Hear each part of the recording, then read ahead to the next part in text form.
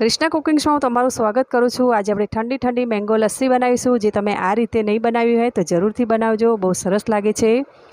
અત્યારે ઉનાળાની સિઝન ચાલી રહી છે, તો અહીંયા સરસ મજાની કેરીઓ મળી રહી છે। તો અહીંયા મેં સરસ મજાની કેસર કેરી લીધી છે, તેને ધોઈને છોલીને આ રીતે કટ કરી લીધી છે, નાના નાના પીસીસ કરી લીધા છે। મિક્સરના બાઉલમાં નાખી દેવા।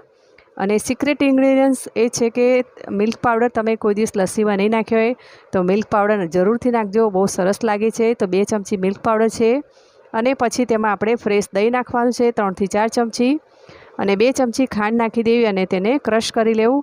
ક્રશ કર્યા પછી આપણે તેમાં ઓરેન્જ ફૂડ કલર નાખીશું, જો તમારી પાસે હોય તો નાખો, નહીં તો સ્કીપ કરી દેવો।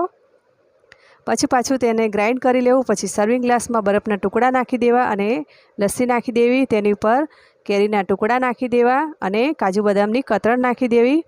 મારા વિડીયોને સબસ્ક્રાઈબ ન કરી હોય તો પ્લીઝ મારી